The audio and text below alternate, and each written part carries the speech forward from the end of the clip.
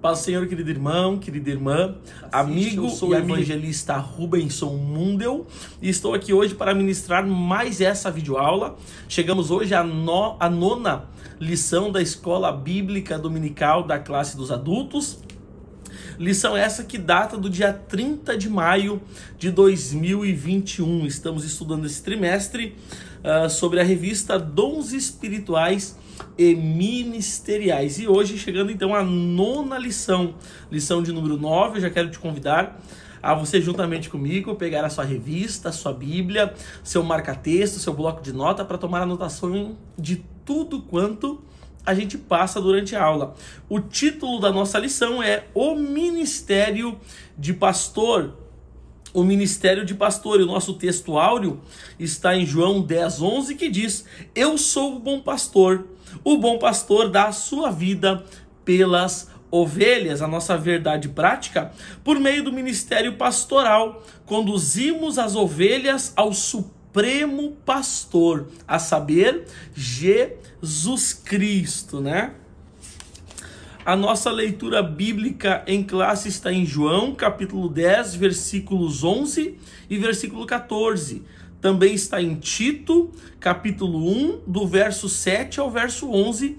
E na primeira carta de Pedro, capítulo 5, do verso 2 ao verso 4. E o objetivo geral da nossa lição, da nona lição, é refletir sobre a missão de um pastor. Também relembrando que já estudamos durante esse trimestre sobre os dons espirituais, os 9 dons espirituais que são distribuídos pelo Espírito Santo para a sua igreja, e já também estudamos os ministérios de apóstolo, o ministério de profeta, o ministério de evangelista, e hoje então estamos estudando o ministério pastoral, né? De acordo com Efésios 4:11, né? Para concluirmos então a nossa introdução, ser pastor sempre foi uma tarefa árdua, né? Ser pastor sempre foi, é e ainda será uma tarefa árdua, né? E a multiplicidade da missão de um pastor, eu destaco ela em 3 grupos para a gente entender. A primeira multiplicidade, né? A primeira multiplicidade dessa tarefa árdua é a tarefa doutrinária, né? Onde o pastor precisa se preocupar com o ensino, com a pregação expositiva, com a apologética e por aí vai, né? Também o pastor, ele precisa se preocupar com a tarefa pastoral. E qual é essa? A de evangelização, a de aconselhamento, né? A de acompanhar os novos convertidos, de visita, de reconciliação, enfim. Então, dentro dessa tarefa múltipla de um pastor, a tarefa doutrinária, existe a tarefa pastoral e também existe a tarefa administrativa. O que é isso, querido irmão? É administrar os recursos da igreja local, né? Administrar o patrimônio da igreja, as finanças da igreja. Então a gente nota que não é uma tarefa fácil ser um pastor esmerado na obra de Deus, é uma tarefa árdua. Muitas são as demandas internas e externas da igreja local, entre elas o cuidado com as pessoas do rebanho, visitas a enfermos, questões relacionadas à administração eclesiástica e o constante desafio de se dedicar à oração, à pregação e ao ensino da palavra de Deus. O dia a dia pastoral é desafiador a quem é vocacionado por Deus para apacentar o rebanho, né? Então a gente nota que pastor não é status, né? Um pastor de verdade que verdadeiramente foi chamado, vocacionado por Deus, né? Ele tem uma tarefa árdua e desafiadora todos os dias. Para concluirmos então a introdução, por outro lado, uma liderança madura e servidora é imprescindível ao desenvolvimento da igreja local. Assim, a lição de hoje abordará esse importante ministério. Glória a Deus, olha quanta coisa a gente já falou até aqui na introdução, quantas coisas a gente já aprofundou até aqui, e se tudo isso já está sendo bênção na tua vida, eu te convido, me ajude. E como é que você me ajuda? Você me ajuda curtindo o nosso vídeo, se inscrevendo no nosso canal e ativando o sininho das notificações. aplicações. Glória a Deus. Agora vamos adentrar então aos nossos tópicos e subtópicos e resumi-los como sempre de uma forma clara, bem objetiva, para que a gente possa então retirar da lição tudo quanto é de mais precioso. Tópico 1, Jesus, o sumo pastor, né? O tópico 1 tem 3 subtópicos, sendo o primeiro dele, Jesus é o pastor supremo. A expressão grande pastor das ovelhas, que aparece em Hebreus 13, 20, refere-se diretamente à sublimidade do Senhor Jesus como pastor no Novo Testamento, marcado pela humildade e despojamento da sua glória. Ele foi chamado grande em seu nascimento. Isso está lá em Lucas 1:32, né? Então, a ponderação que eu faço aqui é que Jesus, né, ele continua sendo, né, o sumo pastor, né? E Jesus teve um modelo de liderança servidora, né? E uma vez que Jesus é o nosso sumo pastor e o nosso exemplo máximo, o que se espera de nós é que nós também tenhamos uma liderança servidora, né?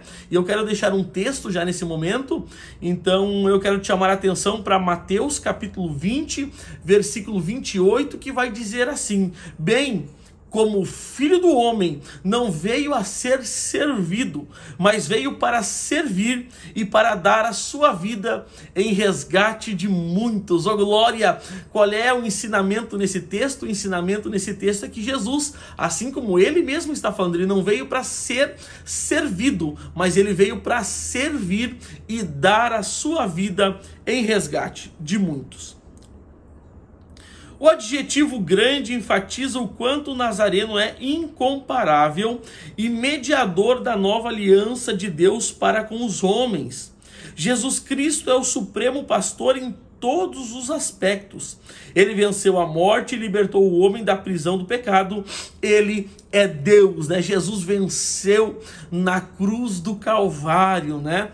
E eu quero destacar aqui, então nós destacamos em tudo isso a humildade, né? É impossível servir sem ter como base de seu ministério. É impossível um pastor, um evangelista, um presbítero, um bispo ser uma pessoa servidora se a base do seu ministério não for a humildade e a obediência à palavra de Deus. Eu quero te chamar a atenção para um texto na primeira carta de Pedro, capítulo 5, versículo 3, que diz: nem como tendo domínio sobre a herança de Deus, mas servindo de exemplo ao rebanho. O que é isso? É um pastor servidor, é um obreiro servidor. Ele não trata o rebanho de Deus como se tivesse domínio sobre esse rebanho, mas ele trata esse rebanho servindo de exemplo ao rebanho, servindo de exemplo à congregação, servindo de exemplo aos santos que ali congregam. Então isso é lindo. Então a gente nota que a gente precisa ter um ministério servidor, serviçal, né? E interessante que alguém pode pensar, mas então, irmão, se o pastor ele não deve agir como tendo domínio sobre né, a congregação, sobre as ovelhas, então eu não vou obedecer, então eu não vou seguir o que ele diz. Não, muito pelo contrário. Um texto interessante também é Hebreus capítulo 13, versículo 17, que diz: obedecei aos vossos pastores e sujeitai-vos a eles, porque eles velam pelas vossas almas, como aqueles que hão de prestar contas delas, para que o façam com alegria e não gemendo. Porque isso não vos seria útil. Então o que a Bíblia diz? A Bíblia diz que o pastor ele tem que ser o exemplo, e o rebanho ele tem que obedecer ao seu pastor, ok? E se sujeitar à sua autoridade. Glória a Deus. Com isso então concluímos o subtópico 1, avançamos ao subtópico 2, que traz como subtítulo: o pastor conhece as suas ovelhas.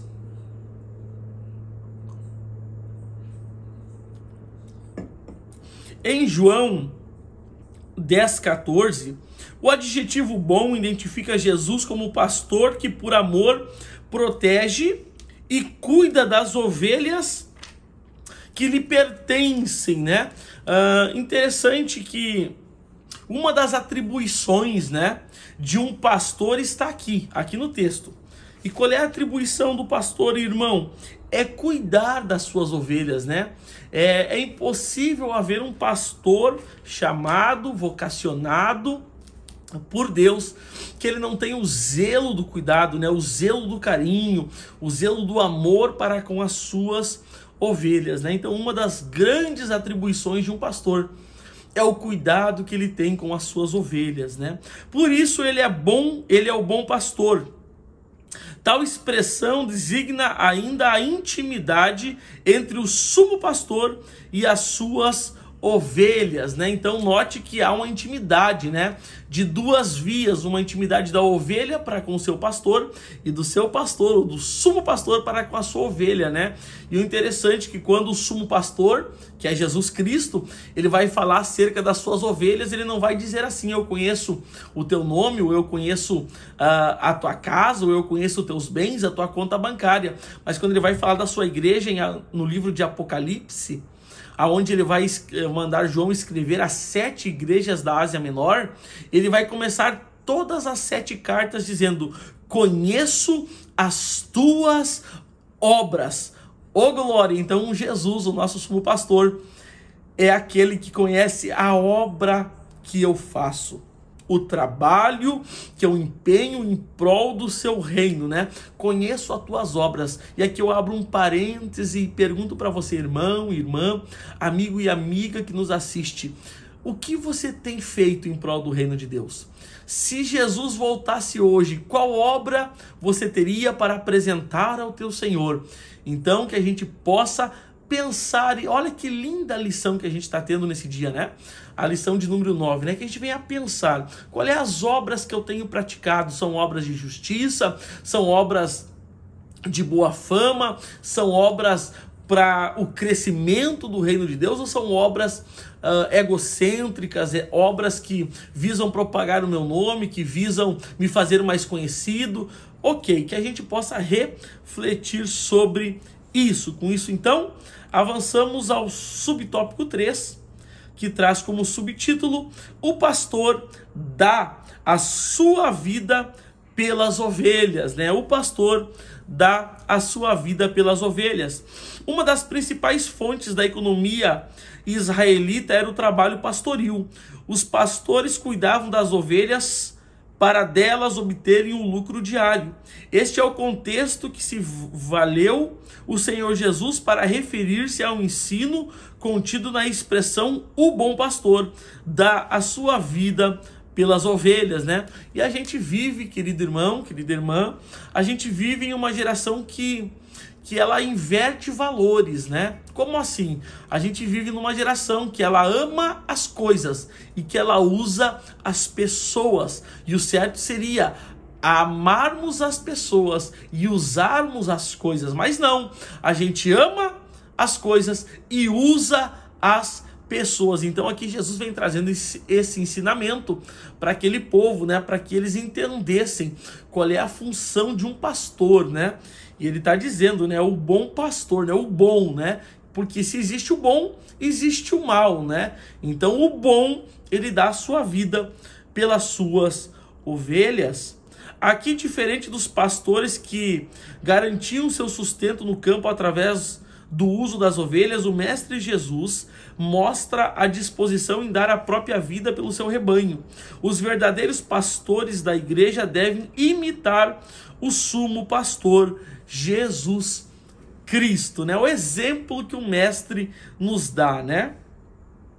Para concluirmos, nele não há jamais exploração alguma do rebanho, e isso deve servir de exemplo a todos aqueles que desejam ministrar a igreja do Senhor, tal como ensinar a palavra de Deus, né? E um texto para concluirmos, então, o tópico 1 se encontra na segunda carta de Paulo aos Coríntios, capítulo 12, versículo 15, onde Paulo vai dizer assim, ó: eu de muito boa vontade, né? Ou eu de muito boa vontade gastei e deixarei-me gastar pelas vossas almas, ainda que, amando-vos cada vez mais, seja eu amado cada vez menos. Então é Paulo, como um pastor de ovelhas, dizendo: olha, eu de muita boa vontade me gastei e ainda me deixarei gastar pelas vossas almas, né? Então, cuidado de Paulo com aquela igreja, glória a Deus. Concluímos assim o tópico 1, avançamos ao tópico 2, que traz como título as características do verdadeiro pastor, né? Então agora vamos adentrar as características de um verdadeiro pastor. E o tópico 2, ele tem também 3 subtópicos, sendo o primeiro deles um caráter íntegro. Entre outras coisas, o exercício pastoral envolve a aptidão para ensinar, aconselhar e comunicar-se de forma clara com a igreja local, né? Então, uma das aptidões de um pastor, né, de um exercício pastoral que podemos ver é a aptidão para ensinar e para aconselhar e para se comunicar, né? E um texto importante nesse momento é o texto que Paulo escreveu na segunda carta de Paulo a Timóteo, capítulo 2, versículo 24, no finalzinho diz assim, ó: mas assim, seja manso para com todos, apto a ensinar e sofredor, né? Então o finalzinho do versículo 24 vai dizer assim: mas sim, seja manso para com todos, apto para ensinar e seja sofredor, né? Então é Paulo aconselhando o seu filho Timóteo, né? Que Timóteo precisa ser manso, ele tem que ser apto a ensinar e ele precisa sofrer as dores do evangelho, né? Olha que poderoso esse conselho que Paulo deixa a seu filho Timóteo, que está iniciando o seu ministério, né? Porém, essas características não são validadas se o caráter do pastor não for íntegro. Uma das piores queixas que se pode ouvir acerca de um ministro é que sua palavra pastoral não se coaduna com a sua vida. No finalzinho, a melhor palavra pastoral é a vida do pastor em sintonia com a mensagem do evangelho que ele proclama. Eu sempre digo que antes de a gente pregar aos ouvidos, a gente prega aos olhos, né? Com o nosso testemunho. Porque as nossas palavras, ou melhor dizendo, as nossas atitudes, sempre falarão mais alto do que as nossas palavras, né? Então eu posso, com as minhas atitudes, despregar tudo aquilo que eu venho pregando há anos, né? Então a gente, antes de pregar aos ouvidos, a gente prega aos olhos.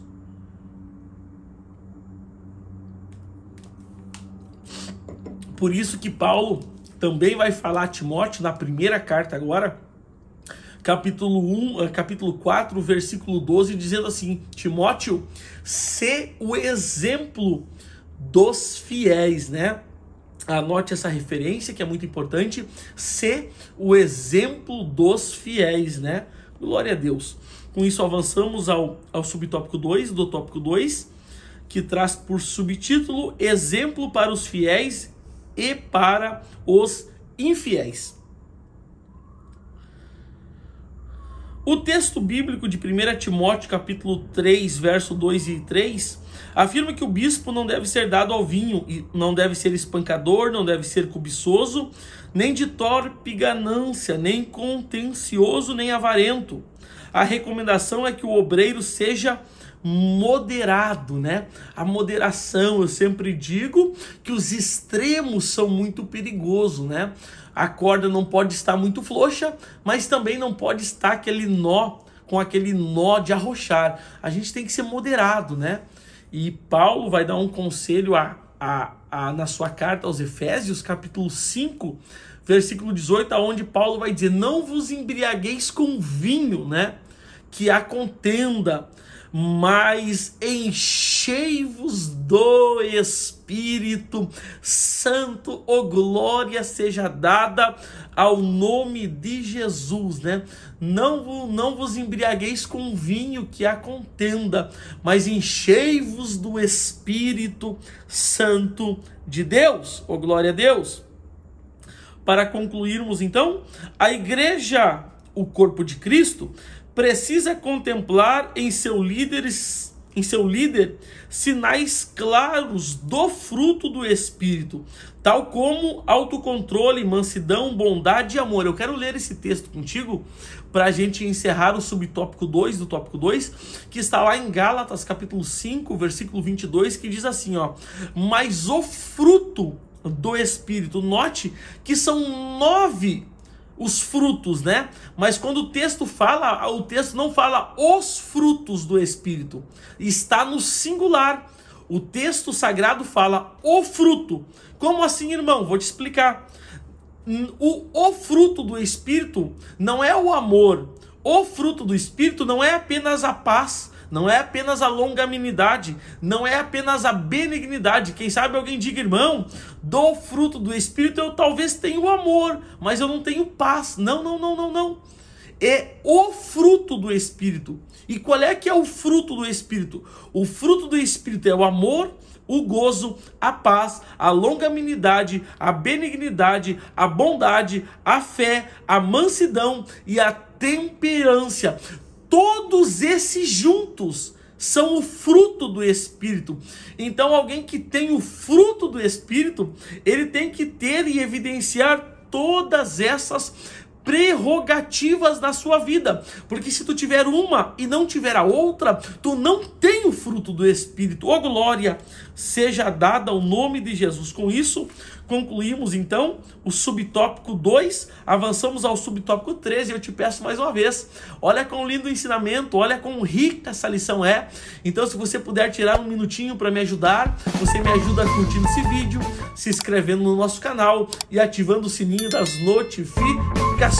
Glória a Deus. Avançamos então. Subtópico 3, exemplo para a família.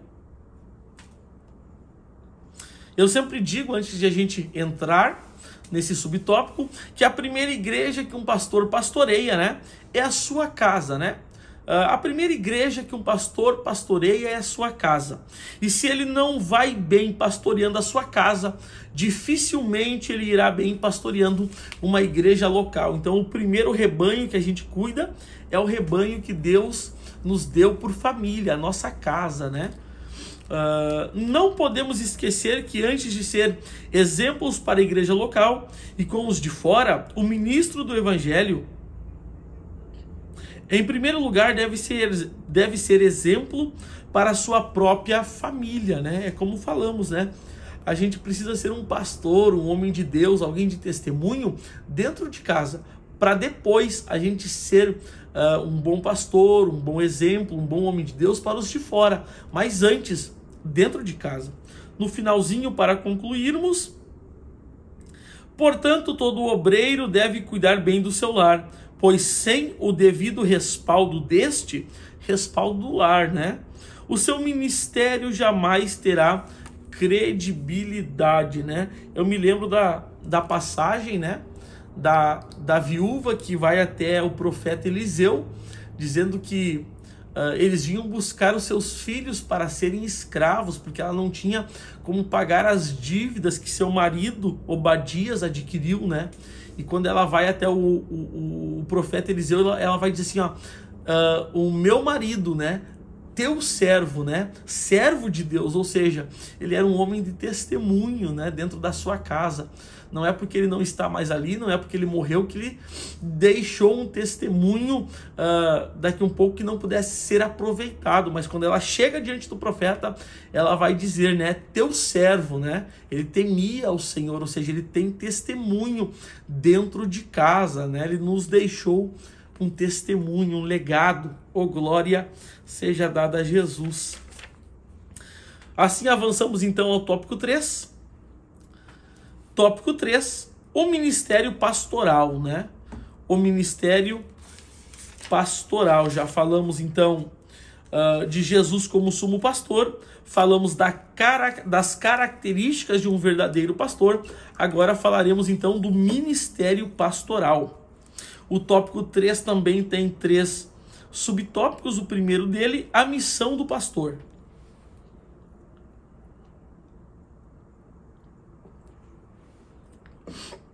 O termo pastor, do grego poimen, no Novo Testamento tem o significado de apacentador de ovelhas.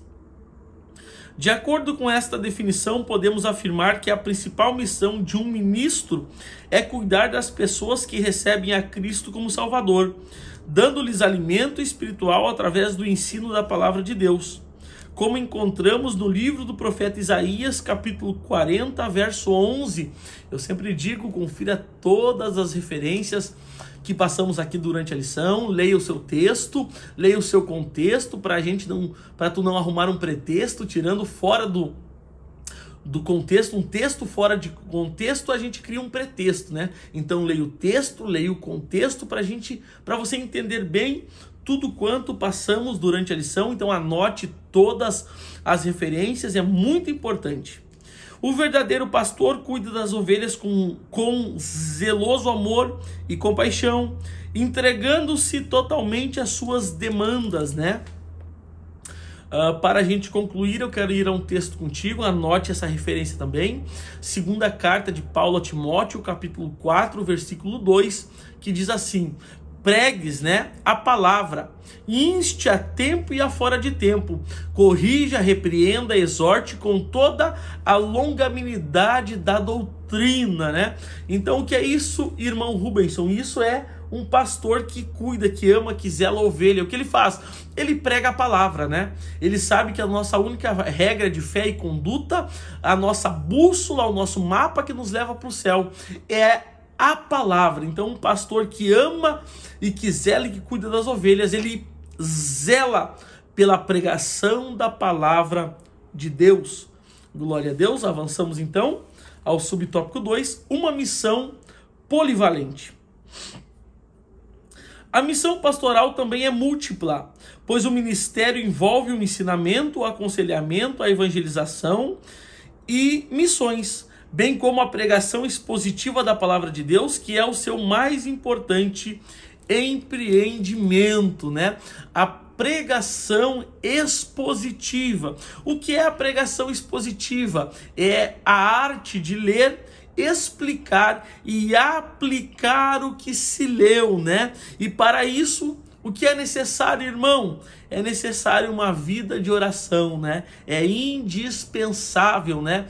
Um pastor ter uma vida de oração diária, ativa, né? Com o Senhor Jesus, ler a palavra, conhecer as escrituras e expô-la ao seu público, ao seu rebanho, e aplicar aquilo que ele leu e ensinou à vida cotidiana da igreja. E isso é de suma e total importância, né? O ministério da palavra e o ministério da oração, né? Eu me lembro dos apóstolos no livro de Atos, no capítulo 6, versículo 4, dizendo assim: mas nós perseveraremos na oração e no ministério da palavra. Oh glória, olha quão importante é esse ensinamento para minha e para a tua vida. É os apóstolos de Cristo, aqueles que aprenderam com o Senhor, dizendo: olha, nós não abriremos mão da oração e do ensino da palavra de Deus. Glória seja dada a Jesus Cristo.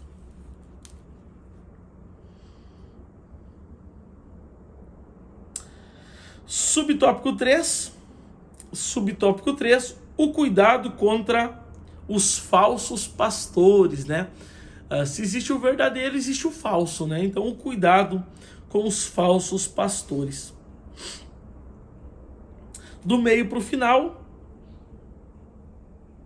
o Altíssimo considerava como falsos pastores os que apacentavam a si mesmos e não as ovelhas, exploravam o rebanho e não o poupavam.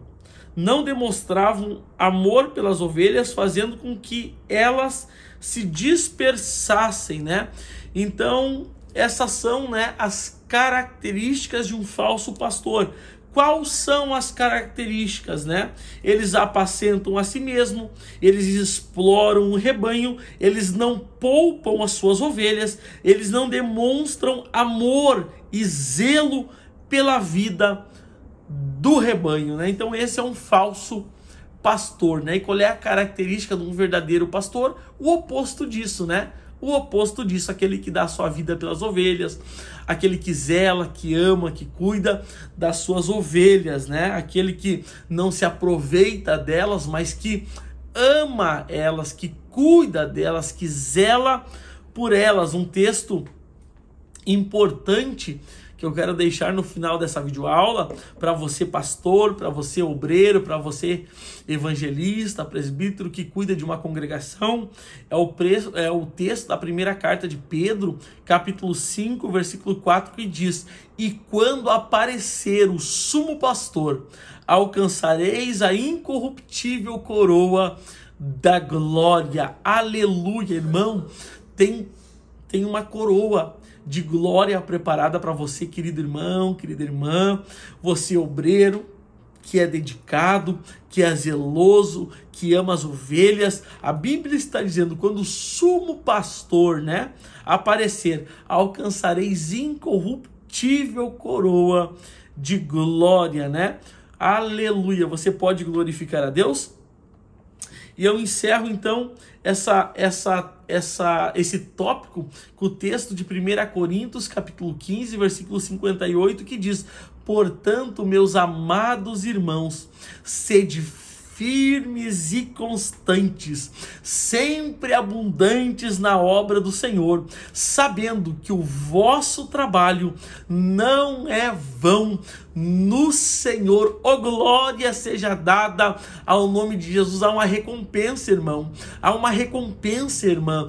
Há uma recompensa de Cristo para a minha e para a tua vida. Creia, seja firme, seja constante e abundante na obra do Senhor. A nossa conclusão: o dom ministerial de pastor é concedido àqueles a quem Deus chama para servir o seu precioso rebanho, a igreja de Jesus. O objetivo do ministério pastoral é fazer com que o rebanho do Senhor cresça na graça e no conhecimento do evangelho do nosso Salvador. Oremos pelos nossos pastores, compreendendo as suas lutas e os apoiando com amor e com carinho. Glória seja dada a Jesus Cristo, o nosso sumo pastor, por esse tão rico ensinamento. Olha quantas lições maravilhosas, olha quanto ensino retido nessa lição de número 9, que todos eles sejam para proveito, para crescimento do meu e do teu ministério. E se você gostou, se tudo isso foi bênção na tua vida, eu te peço, me ajude aqui no meu canal. E como é que tu me ajuda? Você me ajuda curtindo nosso vídeo, se inscrevendo no nosso canal, ativando o sininho das notificações. Se você puder ficar um minutinho comigo ainda, eu quero te dizer que logo aqui abaixo do vídeo, na descrição do nosso vídeo, tem um link, que o nome do link é Telegram EBD, aonde eu tenho um grupo no Telegram que eu criei para as escolas bíblicas dominicais, aonde eu posto todo o material bíblico e teológico das escolas que eu ministro aqui no canal, tanto das escolas dos jovens quanto dos adultos. Eu posto um PDF com toda a lição, todos os textos, as ponderações, as anotações que eu faço.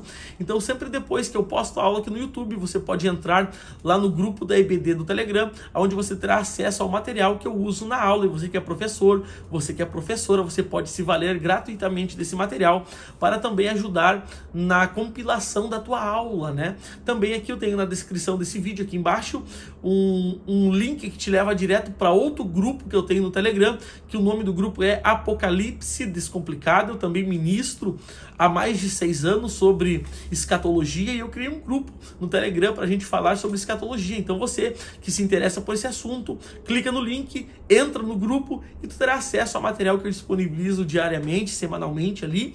E também aqui embaixo há um link que te leva direto para o meu Instagram, onde eu também posto material bíblico, teológico, semanalmente. Então me segue no Instagram, entra para os grupos do Telegram e você terá acesso a todo o material que eu disponibilizo na internet.